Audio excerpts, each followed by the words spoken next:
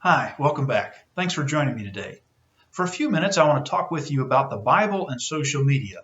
Now, maybe you're thinking, wait a second, the Bible was written thousands of years ago, long before the technology of our world was around and social media. What does the Bible say about that? Well, the Bible gives us instructions, it gives us principles that are expected to be used, to be applied to our day to day lives. And so, what I want to do is offer some advice from the Bible that is relevant and timely as it relates to our use of social media. Certainly, social media is a fixture in our culture, and it's not going anywhere. It will continue to be part of our world. And as Christians, we need to learn how we can use it and interact with it in a godly way. Well, first of all, I would encourage you to post truth. Social media creates platforms where any information can be disseminated and promoted. So it's a place where lies are often given a platform, distortions are given a platform, conspiracy theories thrive on social media. In Proverbs chapter 6, in verses 16 through 19, Solomon writes about 7 things that the Lord hates. Among them are a false witness who breathes out lies and one who sows discord. Well, a lot of that happens on social media. False witnesses breathe out lies. And if we're going to post or retweet or share things that are not true, then what we're sharing in is the distortions. We're sharing in the lies and giving voice to those things. So we need to be very careful about the kinds of things we post or share with other people. We don't want to be guilty of promoting things that are not true. Also, we need to promote truth in love. What's the motivation for the things that we post and the reactions that we might give on social media? In Ephesians chapter 4, in verse 13, one of the things we learn is that growth in the body of Christ is encouraged when the truth is spoken in love.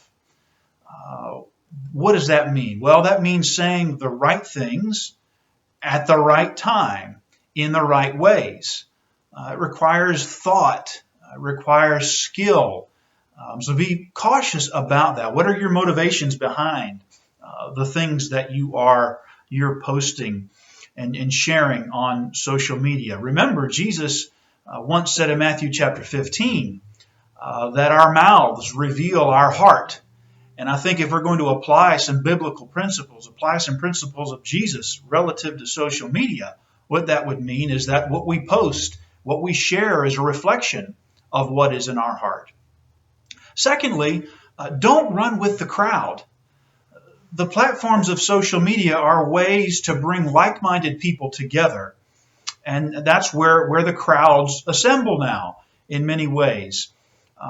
There's nothing wrong with being part of a crowd or part of a group of like-minded people. We learn from like-minded people. We're encouraged by like-minded people.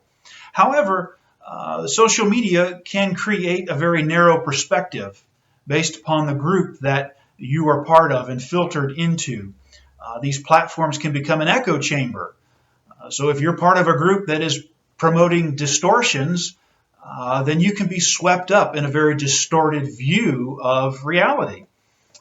In Proverbs chapter 1, in verse 10, Solomon says, "My son, if sinners entice you, do not consent." He goes on to say in verses 15 and 16, "My son, do not walk in the way with them. Hold back your foot from their paths, for their feet run to evil and they make haste to shed blood." Now think about, for example, the way social media has been used to hurt people.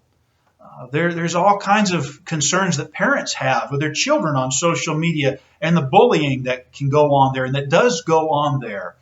People will say things on social media. They'll do things in a group that they would never do by themselves or that they would never engage in face-to-face with a person. So be very careful about how the crowd on social media influences your level of comfort, perhaps in harming someone else and creating a distortion. Don't run with the crowd. There's an independence that we should strive for, and that independence brings a great deal of responsibility toward us. Don't run with the crowd. Lastly, promote peace.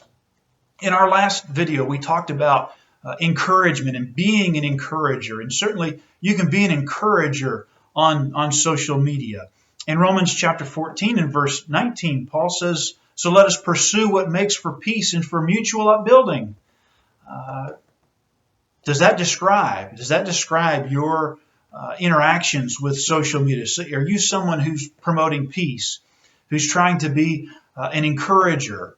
In 1 Peter chapter 3, in verses 10 through 12, Peter quotes the scriptures here. He says, "Whoever desires to love life and to see good days, let him keep his tongue from evil and his lips from speaking deceit.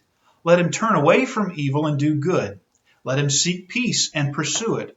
For the eyes of the Lord are on the righteous, and his ears are open to their prayer. But the face of the Lord is against those who do evil."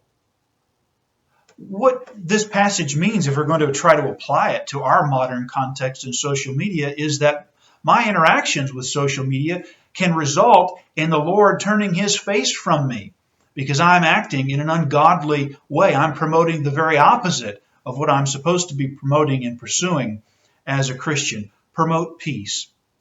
So in conclusion, I hope you'll give some thought to how you use social media and what you're doing with it. Are you being an encourager? Are you posting truth? Or are you being swept up in the crowd and promoting distortions? So give some thought to that. I hope the video has been helpful for you, and I look forward to being with you next time. Until then, have a nice day.